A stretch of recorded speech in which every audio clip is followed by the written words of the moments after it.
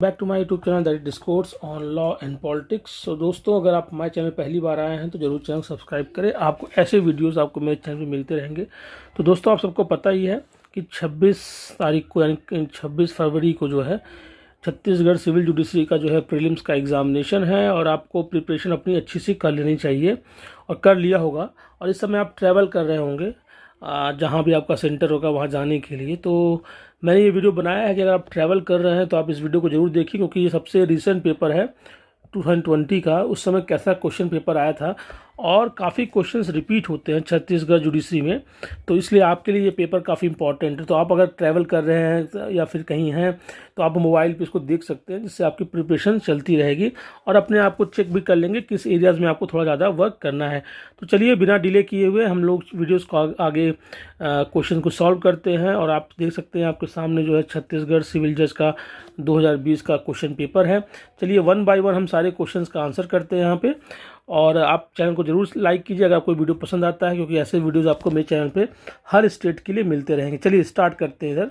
तो जो पहला क्वेश्चन हम लोग यहाँ पे देख रहे हैं वो है क्या, right to property is right to property क्या है? फंडामेंटल राइट है, लीगल राइट है, सोशल राइट है, डायरेक्टिव प्रिंसिपल स्टेट पॉलिसी। तो जो ये है राइट टू प्रॉपर्टी, आपको सबको पता है राइट टू प्रॉपर्टी जो है वो पहले फंडामेंटल राइट था, अब क्या हो गया है वो एक लीगल राइट हो गया है। हालांकि यहाँ पे ऑप्शन आना चाहिए था कॉन्स्टिट्यूशनल राइट का, जो कि यहाँ पे इन्होंने ऑप्शन नहीं दिया हुआ है। तो ये थोड़ा सा प्रॉब्लमेटिक रहा है यहाँ पे।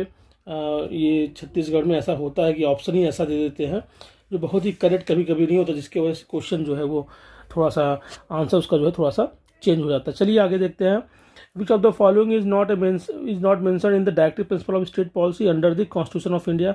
इसमें से कौन सा directive principle of state policy का जो है मेंशन नहीं है? तो राइट टू एजुकेट मीन्स ये तो मेंशन किया गया है, right to equal pay for equal work ये भी मेंशन है, right promotion of international peace and security ये भी मेंशन है, free and compulsory education for children up to 14 years ये मेंशन नहीं है, क्योंकि अब ये क्या है, ये फंडामेंटल राइट का पार्ट हो गया है।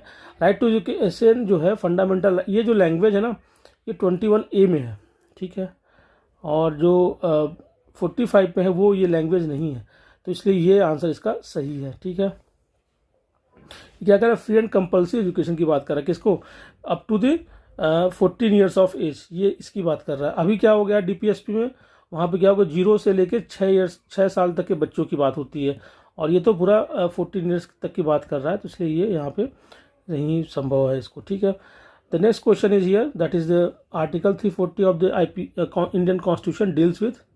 तो ये तो बहुत ही इंपॉर्टेंट है, क्योंकि क्वेश्चन कई बार आ चुका है। तो इसका आंसर है बैकवर्ड क्लास कमीशन। देखिए, इलेक्शन कमीशन 324 में, यूनियन पब्लिक सर्विस का 315 में, फाइनेंस कमीशन 280 में है, तो बैकवर्ड क्लास कमीशन ही क्या है। फिर भी मैं यहाँ पे लिख देता हूँ, ये 324 में है, ये 315 में है, ये 380 में है। ये आर्टिकल्स आप याद कर लीजिएगा, बाकी भी आर्टिकल्स काफ़ी इंपॉर्टेंट है। चलिए आगे देखते हैं। आई होप कि आपको ये वीडियो पसंद आ रहा होगा, अगर आ रहा हो तो प्लीज़ लाइक जरूर कीजिए। Joint sitting of both house of parliament is chair by who कौन चेयर करता है? वो स्पीकर ऑफ द लोकसभा करता है। जब लोकसभा और राज्यसभा की जो सीटिंग होती है वो कॉमन होती है, वो लोकसभा का जो है स्पीकर इसको हेड करता है। Next, under the constitution of India the procedure for removal of supreme court जज is given.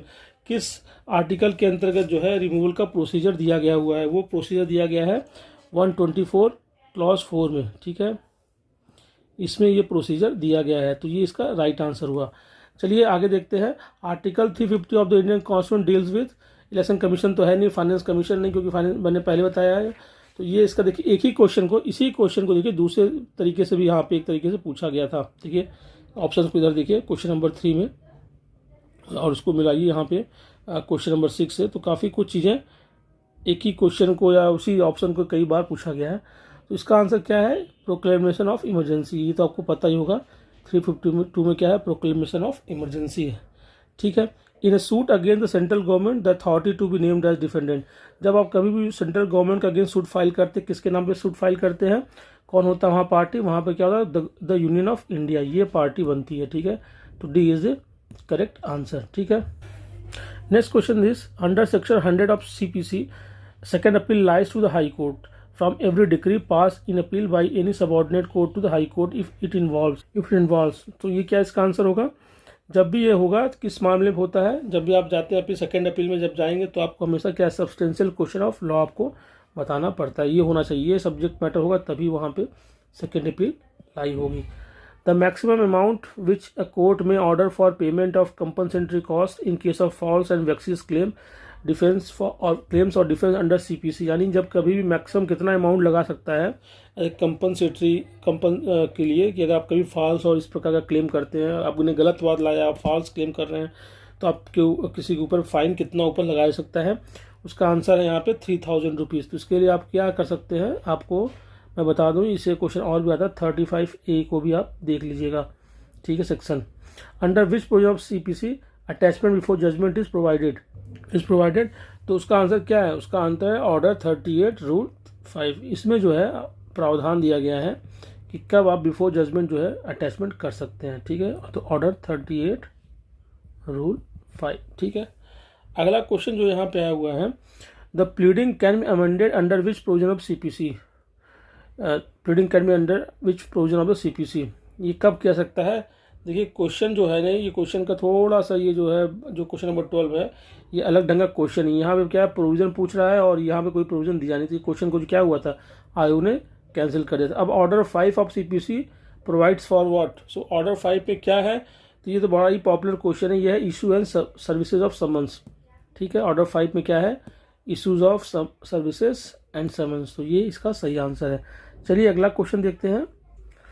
Attachment of a portion of salary can be contributed as a provision of the CPC 1908 for a maximum period of, कितने समय तक के लिए जो है attachment of the salary हो सकता है। इसके लिए आप क्या पढ़ना होगा, section 60 clause 1 of the CPC, इसको अगर आप पढ़ेंगे तो आपको आंसर वहाँ से मिलेगा। और इसका राइट आंसर क्या है, इसका राइट आंसर है 24 मंथ्स, ठीक है। So this is the right answer. Preliminary decree can be pass in a suit, preliminary decree in a suit कब पास किया सकता है, for partition, for possession, mesne profit, for partition और for all of the above. तो right answer is all of the above, ये इसका right answer है।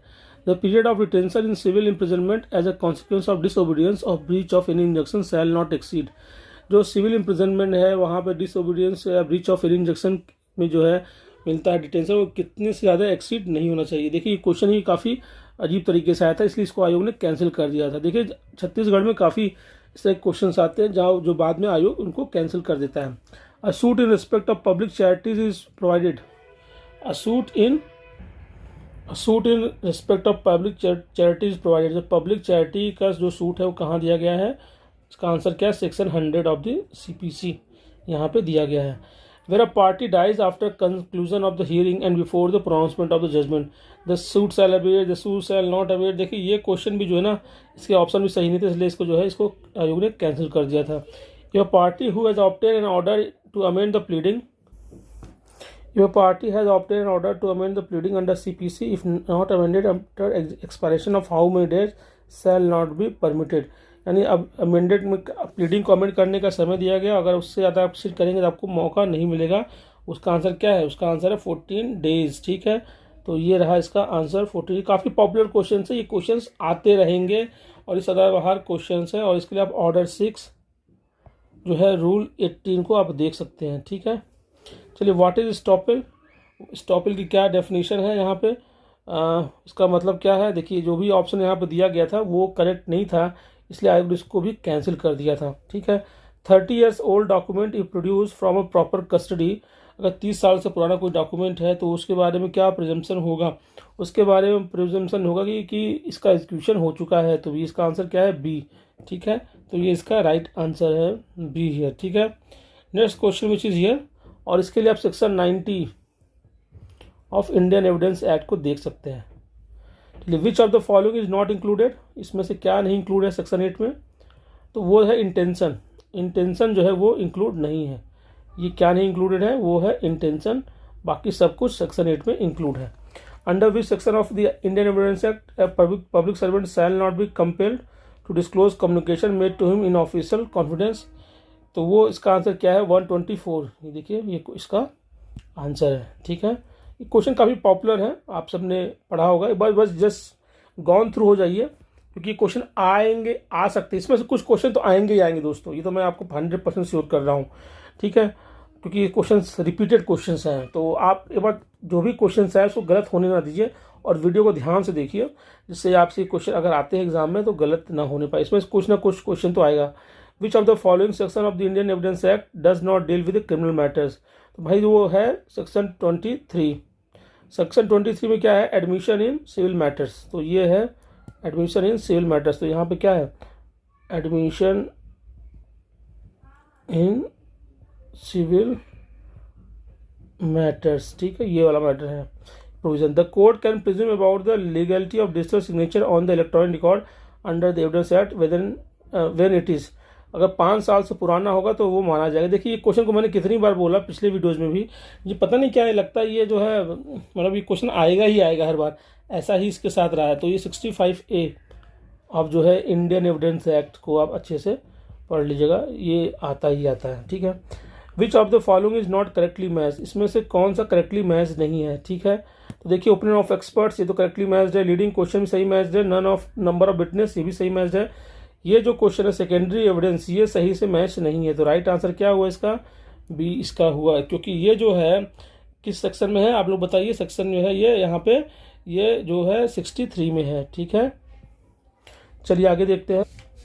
Under which section of the Indian Evidence Act the principle of res gestae has been given. Res gestae किस में है, section 6 में है। तो इसका आंसर आपको पता ही होगा, आपने इतनी बार प्रिपरेशन किया है तो आपको याद होगा। Indian Evidence act does not expressly mention about, इसमें से किसके बारे में एक्सप्रेसली नहीं मेंशन करता। ओरल एविडेंस को डिफाइन किया गया, डॉक्यूमेंट्री को भी डिफाइन किया गया, सेकेंडरी को भी डिफाइन किया, लेकिन सर्कमस्टेंशियल एविडेंस कहीं भी डिफाइन नहीं किया गया है। इसका आंसर क्या हुआ, ये डी आंसर इसका हुआ। What is a private document, private document क्या होती है, इसकी क्या डेफिनेशन होती है, तो इसके लिए क्या डेफिनेशन दी गई है, section 75 of the Indian Evidence act, वहाँ पे इसकी डेफिनेशन दी गई है। तो क्या होती है उसकी definition, document other than a public document, ये हुआ इसका आंसर, ठीक है। When under section 161 of the CRPC is statement recorded, ठीक है। 161 में CRPC का स्टेटमेंट कब रिकॉर्ड किया जाता है, किस समय रिकॉर्ड किया जाता है, ये कब होता है, ड्यूरिंग द इन्वेस्टिगेशन। तो राइट आंसर क्या है, this one, okay. So this is how you can find the answer from this for this question here, okay. Next question is that the procedure for trial before a court of session is provided under which section of the CRPC। Court of session का जो procedure है वो किस section में define किया गया है, वो है from section 225 to section 237 of CRPC, ये है, इसमें है। सब क्वेश्चन देखिए पूरा बेयर एक्ट से, तो आप बेयर एक्ट को अच्छे से पढ़ के जाइए, आपके क्वेश्चंस बिल्कुल हो जाएंगे, ठीक है। What is the maximum period an executive magistrate may authorise the detention of accused in custody, वो कितना समय है जब एग्जीक्यूटिव मजिस्ट्रेट की बात है, यहाँ पर देखिए ये जुडिशियल मजिस्ट्रेट की बात नहीं, कितने समय तक के लिए दे सकता है, वो केवल 7 डेज के लिए ही दे सकता है, ठीक है। और ये कहाँ पे है, 167 जो है सेक्शन जो है ऑफ CRPC, वहाँ पे ये आंसर है, ठीक है। For the purpose of taking cognizance of an offence what period of limitation is prescribe for an offence carrying punishment not exceeding 1 year by the court. तो इसमें कितना है कॉग्निजेंस लेने का, तो वो है 1 ईयर। अगर कोई ऐसा ऑफेंस है जिसकी जो है सज़ा जो है 1 ईयर मैक्सिमम हो सकती है, उसको 1 साल के भीतर ही कॉग्निजेंस लेना पड़ेगा। चलिए आगे क्वेश्चन देखते हैं यहाँ पे। Under which section of CRPC magistrate में डायरेक्ट और लोकल इन्वेस्टिगेशन, किस सेक्शन के अंतर्गत जो है मजिस्ट्रेट जो है लोकल इन्वेस्टिगेशन के लिए वो कर सकता है, उसका आंसर है सेक्शन 139 ऑफ द CRPC, ये इसका राइट आंसर है। A statement recorded under which section of CRPC need not be sign by the maker, इसमें से कौन सा स्टेटमेंट है इसको रिकॉर्ड करने के बाद साइन करने की आवश्यकता नहीं है, वो है 161 में जो स्टेटमेंट होता है उसको साइन करने की जरूरत नहीं पड़ती है, ठीक है। A person can be summoned as a witness under section 160 of the CRPC, किसी व्यक्ति को आप सम्मन कर सकते हैं as a witness under section 160 of the CRPC, कब कर सकते हैं, किसके द्वारा किया सकता है, उसका आंसर क्या है, वो है द स्टेशन हाउस ऑफिसर, इसके थ्रू ही किया जा सकता है, ठीक है। चलिए अगला क्वेश्चन देखते हैं यहाँ पे। द प्रोसिक्यूशन ऑफ जजेस and public servants are provided in which section of the CRPC, बहुत सिंपल सा है ये क्वेश्चन, रिपीटेड क्वेश्चन है, 197 ऑफ द CRPC। अगला क्वेश्चन देखते हैं यहाँ पे। An accuse person may be a competent witness in his own defence under the code CRPC, कब जो है एक्यूज पर्सन खुद ही अपने लिए कॉम्पिटेंट विटनेस हो जाता है, उसका आंसर है सेक्शन 315 ऑफ द CRPC में, इसमें ये आंसर है। Under which section of the under section 190 clause 2 of CRPC who may empower any magistrate of second class to take cognizance of offence, कौन एम्पावर कर सकता है? सेकंड मजिस्ट्रेट क्लास का जो है वो कॉग्निजेंस ले सकता है। तो सेकंड क्लास मजिस्ट्रेट किसके अंतर्गत आता है? वो चीफ जुडिशियल मजिस्ट्रेट में आता है। तो यही एम्पावर करेगा। 38 का सी आंसर यहाँ पे होगा। ठीक है। Next question is under which one of the following section CrPC magistrate second class can conduct summary trial? किसके अंतर्गत समरी ट्रायल कर सकता है? आंसर क्या होगा? 261। यहीं पे सामने ही आंसर है, ये 261 इसका राइट आंसर है। चलिए आगे देखते हैं। अगला question, treatment of the victim has been incorporated under CRPC by which under by the amendment act 2013 by which provision of the CRPC जो है इसके प्रावधान दिए गए वो है 357C। ठीक है, ये राइट इसका आंसर हो गया। Which are the two essential elements of an offence? इसमें से कौन सा दो एलिमेंट है? ये क्वेश्चन के सारे ऑप्शन गलत थे, इसको क्वेश्चन को डिलीट कर दिया गया था। For the offence of abduction of a person abducted must be, तो वो क्या हो सकता है? वो माइनर भी हो सकता है और मेजर भी हो सकता है, कोई भी एज होता है। कोई एज बताया तो गया नहीं है, इसलिए ये हो सकता है। Which of the following is an essential part of rule of law and independence of judiciary? तो ऑफकोर्स वो जुडिशियल रिव्यू ही होगा, जो कि रूल ऑफ लॉ का भी हिस्सा है और इंडिपेंडेंस ऑफ जुडिशरी को भी बढ़ावा देता है। Now come to this, under according to clause 1 of article 25 of the Indian constitution the freedom of religion is subject to the interest of public order, morality, health, ये सभी है। इन सबके basis पे आप इसको रिस्ट्रिक्ट कर सकते हैं। Which among the following has the power to extend the function of the state public service commission? किसके पास है कि वो स्टेट पब्लिक सर्विस कमीशन के पावर को बढ़ा सकता है? वो क्या हो सकता है? वो लेजिस्लेचर कानून बनाएगा, उसी के अनुसार उसको जो है एक्सटेंड किया जा सकता है। Which of the following amendment of the constitution provides for appointment of one person as a governor of 2 और मोर स्टेट? किस अमेंडमेंट के थ्रू ये प्रावधान लाया गया कि एक गवर्नर जो है एक से अधिक राज्यों का जो है गवर्नर बन सकता है? वो क्या है? 7th amendment. ठीक है, इसके थ्रू ये हुआ था, तो ये इसका राइट आंसर है। ठीक है, अगला क्वेश्चन यहाँ पे है, power to constitute new state and determination of its boundary किसके अंतर्गत है? ये पार्लियामेंट में है। Article 2 of the constitution, parliament ही तय करेगा कि कौन सा नया राज्य बनेगा और कैसे उसकी बाउंड्री बनेगी। Next question is here, the word unity of integrity of the nation were incorporated in the preamble of the constitution of India? Preamble में जो है unity of integrity of the nation किसके थ्रू, किस amendment के through लाया गया था? वो था 42nd अमेंडमेंट के थ्रू ये लाया गया था। Next is section 12 of the transfer of immovable property is not applicable to, किसको नहीं अप्लीकेबल होता है? वो जो था लीज वाले मैटर पे वो अप्लीकेबल नहीं होगा। ठीक है, so this is how you can find the right answer from this question here. Okay, moving to the next question here, which one of the following is not an essential condition for application of rule of lis pendens under section 52 of the transfer of property? यानी इसमें से list pendens के लिए कौन सा condition applicable नहीं होगा? Pendency of suit तो होना ही चाहिए, पेंडेंसी इन कॉम्प्लेंट कोर्ट में होना चाहिए, allegation must affect the right of other party, suit must be conclusive, ये नहीं होना चाहिए, क्योंकि ये तभी होता है जब सूट की जो है प्रोसीडिंग चल रही होती है, यानी पेंडिंग होता है। कंक्लूसिव हो जाएगा तो फिर कैसे हो पाएगा? तो इसलिए ये जो है आंसर इसका सही नहीं होगा। ठीक है, चलिए अगला क्वेश्चन देखते हैं यहाँ पे, विच of the following is not N actionable claim? इसमें से क्या एक्शनेबल क्लेम नहीं है? देखिए दोस्तों, ये क्वेश्चन के भी सारे आंसर जो थे, ऑप्शन जो थे ठीक से नहीं थे, इसलिए इस क्वेश्चन को भी आयोग ने कैंसिल कर दिया था। देखिए मैं वीडियो थोड़ा जल्दी बना रहा हूँ, जिससे कि आप फटाफट अपने जो है इसको एक बार रिविजन कर लें और आप इसको याद कर लें अच्छे से। ठीक है, चलिए next question is here, any application for which no period of application is provided can be file? यानी किसी एप्लीकेशन आवेदन देने के लिए कोई समय सीमा बताई नहीं गई है, तो कितना समय तक आप उसको एप्लीकेशन दे सकते हैं? तो उसका आंसर है 3 ईयर्स, 3 साल तक का उसका सब लिमिटेशन है। ठीक है, चलिए अगला क्वेश्चन देखते हैं। अगला क्वेश्चन है, the period of limitation for a suit for damages on account of malicious prosecution? Malicious prosecution के बेसिस पे अगर डैमेजेस और सूट के लिए फाइल करना है तो उसका कितने समय की उसकी समय सीमा है? उसका समय सीमा जो है वो है, अगर आप देखें आर्टिकल 74 का जो है शेड्यूल देखेंगे ऑफ लिमिटेशन एक्ट, तो उसका आंसर यहाँ से निकलेगा और इसका आंसर क्या है? 3 ईयर्स। ठीक है, this is the right answer. अगला क्वेश्चन यहाँ पे, the law of limitation runs from the, कब से ये लिमिटेशन जो है स्टार्ट हो जाता है? क्या date of the date plaint is return, date of the order which is plaint is directed to be return, depends upon circumstances? ये कुछ भी आंसर इसमें से सही नहीं, नन ऑफ द अबव इसका आंसर होगा, इसमें से कोई भी ऑप्शन सही नहीं दिया गया है। चलिए अगला क्वेश्चन देखते हैं, section 15 of the limitation act takes within its ambit, क्या इसमें से लेता है? जब लिमिटेशन एक्ट की बात करते हैं, section 17 of the limitation act, इसमें से कौन से बेसिस पे वो बात करता है? तो देखिए यहाँ पे ये फ्रॉड की भी बात करता है, मिस्टेक की भी बात करता है, कंसीलमेंट की बात करता है। तो राइट आंसर क्या होगा यहाँ पे? राइट आंसर होगा ये all of the above. So this is the right answer.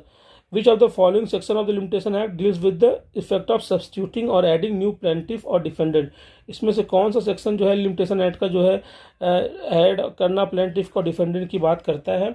And the answer of this question is section 21 of this one, okay, limitation act का। Which section of Indian contract defined sub agents? Indian contract act का कौन सा section जो है इसमें से सब agent को डिफाइन करता है? वो है सेक्शन 191। सब एजेंट का मतलब क्या होता है? जहाँ पे एजेंट भी जो है अपने एजेंट को रख सके। The nature of an agreement made under the provision of section 20 of the Indian contract act. Section जो है 20 में जो है जब इंडियन कॉन्ट्रैक्ट एक्ट में कोई एग्रीमेंट होता है इस एग्रीमेंट का क्या इफेक्ट होता है, क्या वो वाइडेबल होगा, वायड होगा, क्या होगा? फटाफट आप आंसर करके बताइए, उसका आंसर क्या होगा? वो जो है वायड होगा, ठीक है। चलिए, contract of indemnity has been defined, किस सेक्शन में जो है इंडिमनिटी को डिफाइन किया गया है? वो सेक्शन क्या है? Section 124 of the Indian contract act में डिफाइन किया गया है। चलिए आगे क्वेश्चन देखते हैं। The right available to tenant under the Chhattisgarh rent control act is provided in which section of the which schedule of the act? किस शेड्यूल में बताया गया हुआ है? तो ये क्वेश्चन के सारे ऑप्शन सही नहीं थे, इसलिए इसको भी डिलीट किया गया था। विच of the following section of the Chhattisgarh rent control act defines habitual defaulter? देखिए, आप जो है इस एक्ट की जो है ना डेफिनेशन को अच्छे से पढ़ ली, इससे क्वेश्चन आते रहते हैं जिसमें हैबिचुअल डिफॉल्टर को डिफाइन किया गया है। तो उसका आंसर है सेक्शन 2 क्लॉज 4 सी, इसका राइट आंसर है। Which of the following is compulsory registrable under the provision of the registration act? किसको जो है रजिस्ट्रेशन एक्ट के अंदर कंपल्सरी आपको करना ही पड़ेगा रजिस्ट्रेशन? वो क्या है? Gift deed. जब आप कोई इमूवेबल प्रॉपर्टी यानी अचल संपत्ति की बात करते हैं और उसकी गिफ्ट डीड की आप गिफ्ट देना चाहते हैं तो आपको उसका डीड बनाना पड़ेगा। अगला क्वेश्चन है, रजिस्ट्रेशन एक्ट का सेक्शन 17 क्या है? ये बड़ा इंपॉर्टेंट सेक्शन है भाई। क्या किसके बारे में बात करता है? ठीक है, तो ये किसके बारे में बात करता है? ये बात करता है document which are compulsory registrable. तो ये लिस्ट को आप अच्छे से पढ़ जरूर लीजिएगा क्योंकि इसी से क्वेश्चन आते भी हैं एमसीक्यू में, ठीक है। तो सेक्शन 17 को आप अच्छे से पढ़ लीजिएगा। चलिए अगला क्वेश्चन देखते हैं यहाँ पर। अगला क्वेश्चन यहाँ पे, under registration act 1908 a will can be presented for registration with in how many months? Okay, तो इसका आंसर क्या होगा? इसका आंसर होगा एट एनी टाइम, ठीक है। इसका आंसर क्या है? एट एनी टाइम आप जो है ये कर सकते हैं। तो अंडर रजिस्ट्रेशन एक्ट के अंतर्गत जब भी आप विल को रजिस्ट्रेशन करना चाहते हैं, प्रेजेंट करना चाहते हैं, वो किसी भी समय आप कर सकते हैं। Under registration act 1908 on registration the registration shall be effective. कब से इफेक्टिव होगा ये रजिस्ट्रेशन एक्ट? कब से इफेक्टिव होगा? Of course from the date of its original registration. तो ये तो इसका यही से आंसर सही है। जिस दिन से आप इसका रजिस्ट्रेशन कराएंगे उसी दिन से जो है रजिस्ट्रेशन क्या हो जाएगा? इफेक्टिव हो जाएगा। अगला क्वेश्चन है, according to section 7 clause 10 of the code fee act, code fee in the suit for specific performance would be. कैसा होगा फीस? अगर स्पेसिफिक परफॉर्मेंस की बात होगी तो वो सभी सीधी सी बात है, वो जो अमाउंट ऑफ कंसिडरेशन है उसके अकॉर्डिंग जो है कोड फी लगेगा। तो 69A का ये राइट आंसर होगा, ठीक है। Section 19 of the code fee act relates to what kind of the things? किससे ये रिलेट करता है भाई? इस क्वेश्चन को अच्छे से आप पढ़ लीजिएगा, इस सेक्शन को याद कर लीजिएगा क्योंकि ये एग्जाम्शन की बात करता है, ठीक है। तो डी इसका आंसर सही है। तो ऐसे सेक्शंस को आप बिल्कुल गलत नहीं करें, ठीक है। विच section of Chhattisgarh land revenue code deals with the appointment of कोतवाल? तो कोतवाल के रिगार्डिंग कौन सा जो है प्रावधान करता है? वो है सेक्शन 230। ये सेक्शन है जो कि प्रावधान करता है। अगला क्वेश्चन है, according to Chhattisgarh land revenue code who is not a revenue officer? इसमें से कौन रेवेन्यू ऑफिसर नहीं है? वो है revenue inspector. Revenue inspector is not the revenue officer, so this is the right answer. Agriculture year has been defined under section 2C। ये भाई question कई बार आया हुआ है। एग्रीकल्चर ईयर कब से डिफाइन करते हैं? जैसे मैंने नाम लिया शायद आपको उत्तर भी इसका पता होगा, वो है 1 जुलाई से, ठीक है, एग्रीकल्चर ईयर को माना जाता है। नेक्स्ट क्वेश्चन है, which one of the following section of the Chhattisgarh land revenue code provide for remission और suspension of land revenue on failure of crops? ठीक है, कब ये प्रावधान है? जब ऑन फेल्योर ऑफ क्रॉप्स की बात करता है तो उसका आंसर है सेक्शन 144। देखिए क्वेश्चन जितने ना रिपीटेड क्वेश्चन है भाई, इन सेक्शन से क्वेश्चन आपके गलत होने नहीं चाहिए, तो इसको आप अच्छे से याद कर लीजिए। बल्कि मैं तो कहूँगा पेन और पेपर लेके पेन डाउन भी कर लीजिए। As per Chhattisgarh land revenue code who shall make the assessment of the land revenue on all lands on which assessment has not been made? देखिए ये क्वेश्चन भी रिपीटेड है। तो कौन करता है असेसमेंट? कलेक्टर करता है। तो 2004 में क्वेश्चन पूछा गया है दोस्तों, इसीलिए मैं कह रहा हूँ कि छत्तीसगढ़ में क्वेश्चंस बहुत ही रिपीटेड आते हैं। इसलिए आपसे जो क्वेश्चन पहले पूछे गए वो क्वेश्चन तो गलत होने ही नहीं चाहिए। Under Chhattisgarh excise act 1915 who has the power to declare as to what shall be deem to be country liquor and foreign liquor. कौन डिसाइड करेगा कि क्या जो है कंट्री लीकर है, देसी जो है शराब है या फिर विदेशी शराब के बारे में कौन डिसाइड करेगा। तो इसका ऑप्शन जो दिया गया सेंट्रल गवर्नमेंट दिया, स्टेट गवर्नमेंट दिया गया। चूंकि छत्तीसगढ़ एक्साइज एक्ट है तो स्टेट गवर्नमेंट ही क्या करेगा, तय करेगा। सिंपल सी बात है भाई, यहाँ पर ज़्यादातर चीज़ कौन तय करेगा, स्टेट गवर्नमेंट करेगा। Under Chhattisgarh excise act toddy means, ताड़ी जो लोग पीते हैं वो क्या होता है, fermented juice drawn from any palm tree, fermented juice drawn from any kind of palm tree. Yes, both B, A and B, ये सही आंसर होगा। ठीक है, तो लोगों ने सुना ही होगा ताड़ी, ताड़ी जो गांव में सुनते हैं लोग। Provision for enhance punishment in case of subsequent conviction for certain crimes punishable under the Chhattisgarh excise act of 1953। यानी इनहेंस पनिशमेंट होता है अगर आपने उसी ऑफेंस को दोबारा किया, 2 बार आपका कन्विक्शन हुआ फॉर सर्टेन क्राइम्स, तो वो उसमें जो है पनिशमेंट बढ़ जाती है। वो किस धारा में है, जो ऑप्शन दिए गए दोस्तों ये सही ऑप्शन नहीं थे, इसलिए आयोग ने इस क्वेश्चन को क्या किया, डिलीट ही कर दिया।